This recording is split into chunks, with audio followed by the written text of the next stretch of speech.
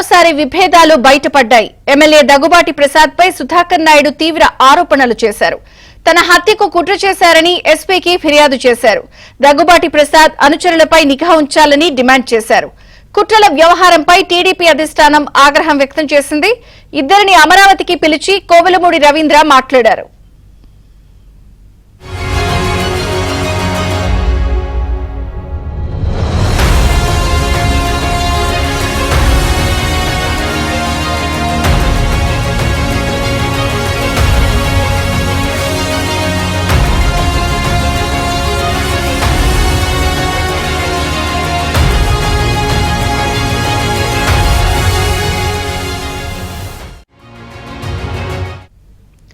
అనంతపురం టీడీపీలో మరోసారి విభేదాలు బయటపడ్డాయి. ఎమ్మెల్యే దగ్గుబాటి ప్రసాద్ పై సుధాకర్ నాయుడు తీవ్ర ఆరోపణలు చేశారు. తన హత్యకు కుట్ర చేశారని ఎస్పీకి ఫిర్యాదు చేశారు. అసలేం జరిగింది, పూర్తి వివరాలు సురేష్ అందిస్తారు అనంతపురం నుంచి. సురేష్, అనంతపురం అర్బన్ నియోజకవర్గం టీడీపీలో ఒక్కసారిగా కలకలం రేపింది. అనంతపురం అర్బన్ నియోజకవర్గం టీడీపీలో కీలక నేతగా ఉన్న కొండవీటి సుధాకర్ నాయుడు హత్యకు కుట్ర పన్నారంటూ కూడా జోరుగా ప్రచారం సాగుతోంది. గత కొంతకాలంగా Anantapuram urban MLA Daggubati Prasad, TDP నేత కొండవీటి సుధాకర్ నాయుడు మధ్య విభేదాలు ఉన్నాయి. ఎమ్మెల్యే అనుచరులు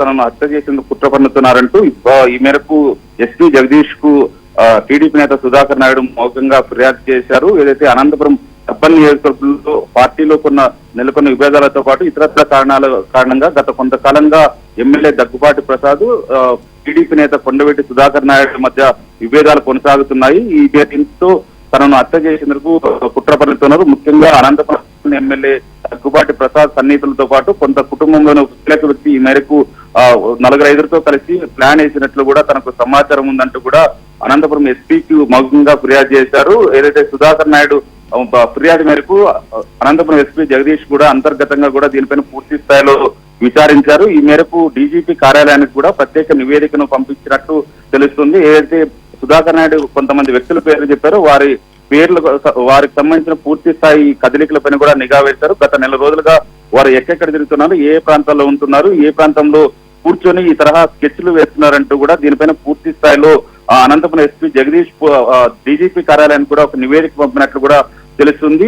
దీంతో ఈ వ్యవహారం టీడీపీ అధిష్టానం వద్ద కూడా వెళ్లడంతో టీడీపీ అధిష్టానం కూడా ఇద్దరు నేతలను పిలిచి మాట్లాడే దిశగా కూడా ఇప్పటికే ప్రయత్నాలు చేపట్టింది.